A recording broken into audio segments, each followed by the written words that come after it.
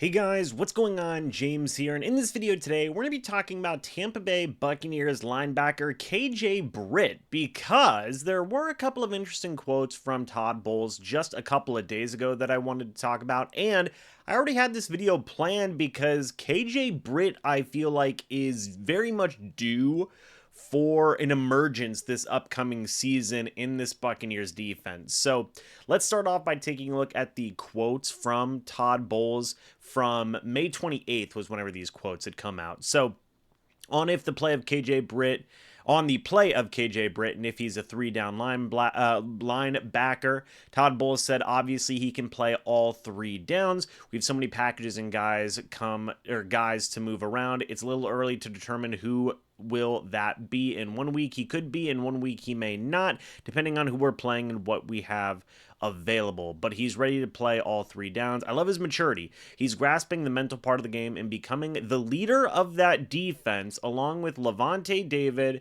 and Antoine Winfield Jr. and Vita Vea. We're kind of happy with where he's progressing right now. A kind of weird way to end the quote with saying we're kind of happy with where he's progressing right now.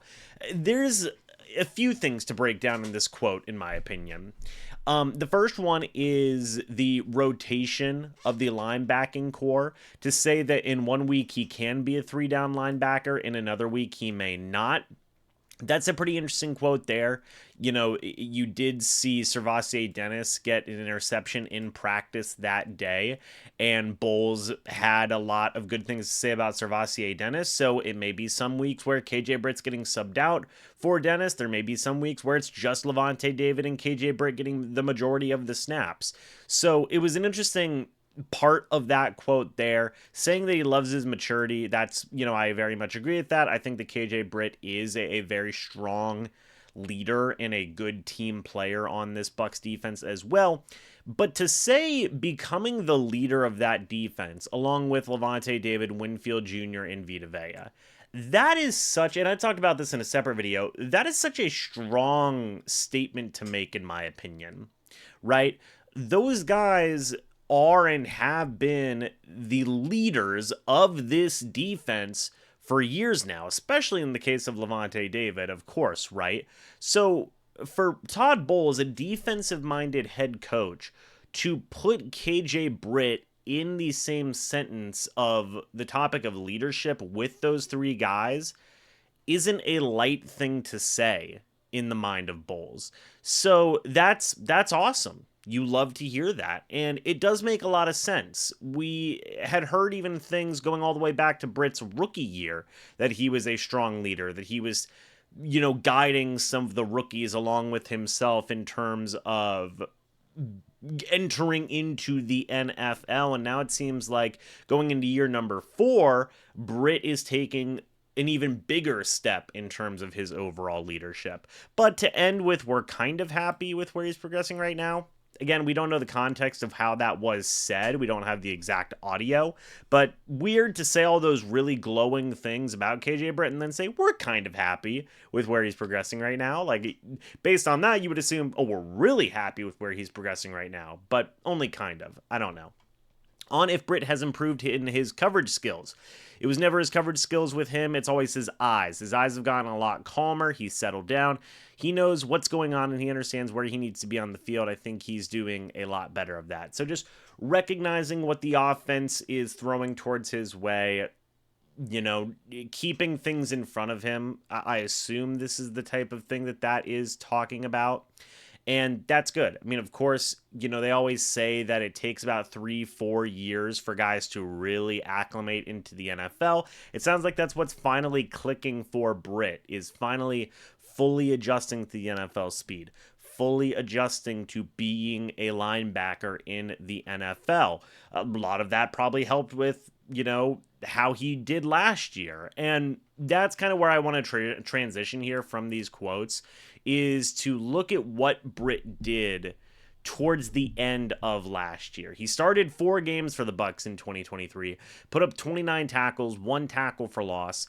It was the most playing time Britt has gotten in his career. His first 2 years in Tampa Bay, he was a special teams guy, but after the situations with Devin White had occurred where he had the injury and he wasn't able to play a couple of games, Britt did have to step in. And if you take a look here, like I said, the first couple of years, 3% of defensive snaps in 2021, 6% of defensive snaps in 2022, then jumping up to 15% in 2023. Special teams, 68% in 2021, 80% in 2022, 64% in 2023. So they had to use him a little bit less on special teams and play him a little bit more on defense because of the situations that went on with Devin White, not just regarding his injury, but also the fact that he was benched at the end of last year. I mean, you take a look, if we go to week 12 through week 15, Britt started all 4 of those games, even whenever White was back from injury. By the way, the Bucs won all 4 of those games. Very interesting in my opinion. But, Britt still finished with 8 total tackles or I guess I should say, 10, 16, 17 total tackles in all 4 of those games. You had 1 tackle for loss in there as well, 1 pass deflection. He played, 90% of the defensive snaps against Atlanta, 92% of the defensive snaps against the Packers. Now, he did have some injury concerns with Jacksonville. I believe he may have gotten a little bit hurt as well against Carolina, so that is unfortunate. But it's still notable. He was inactive against the Panthers, which was very interesting, a 9-0. But of course, another big thing here is that he started both the playoff games, right? Playing 56% of defensive snaps against Philadelphia, 81% against the Lions. He finished with 15 total tackles during the playoffs, 1 tackle for loss, and 1 pass deflection. That goes to show the confidence that Bowles had in Britt, right? I do want to take a look at the defensive snaps for the entirety of that game, just to see where a guy like Devin White was.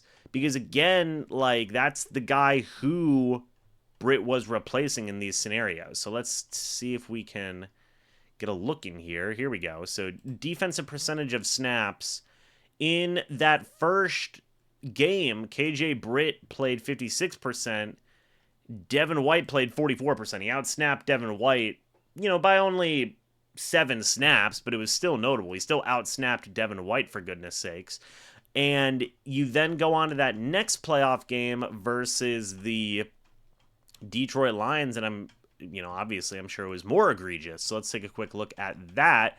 Again, Britt played in over 80% of the defensive snaps in that matchup. Let's take a quick look. That's the Lions snap count. Here we go. 81%. He played the 4th most defensive snaps on the team in that game. That is notable. Where is Devin White? 19% of defensive snaps in that game. So yeah, at the end of the year, in those clutch games, of course you want to win playoff games. They went to KJ Britt instead of Devin White. That's notable. And you take that, you pair that up with these quotes that we're getting about Britt, and it seems like he is a much improved linebacker to the point where they felt comfortable playing him over Devin White last year in crucial games. So it's all very exciting. It's all very interesting, and I think it's going to lead up to Britt having, hopefully, a really solid season this upcoming year. He's also got the green dot on his helmet in practice, where he is relaying the plays to the defense as well. That is also something that should not be taken lightly. He had been doing that since his rookie season, where he was relaying plays to the defense. They have trusted Britt really from the get-go to, at first, be a bit of a leader for the backup defense, and now they're trusting him to be a leader for the starting defense. All of that to say, I personally believe that Britt, it's going to say in the title, can Britt be a star for the Tampa Bay Buccaneers? It's a possibility. Just based on what we're hearing, I don't think it is out of the realm of possibility. I think that Britt really can shine this upcoming year. And if he does have a breakout year, if he does have a really excellent season coming up, again, he's going to be 25 years old this upcoming season, literally in just a couple of days, his birthday on June 4th. You could be looking at the future number 1 linebacker of this team. Now, I know people may think I'm jumping the gun with that, but I'm just throwing out a hypothetical. But what do you guys think about KJ Britt? Let me know your thoughts and opinions about this down in the comments section below. I would love to hear your guys' thoughts and opinions on this. What do you think about Britt? Do you think he can be a star for the Bucs? What do you think about his upcoming season? Do you think he's going to do good, bad? Let me know.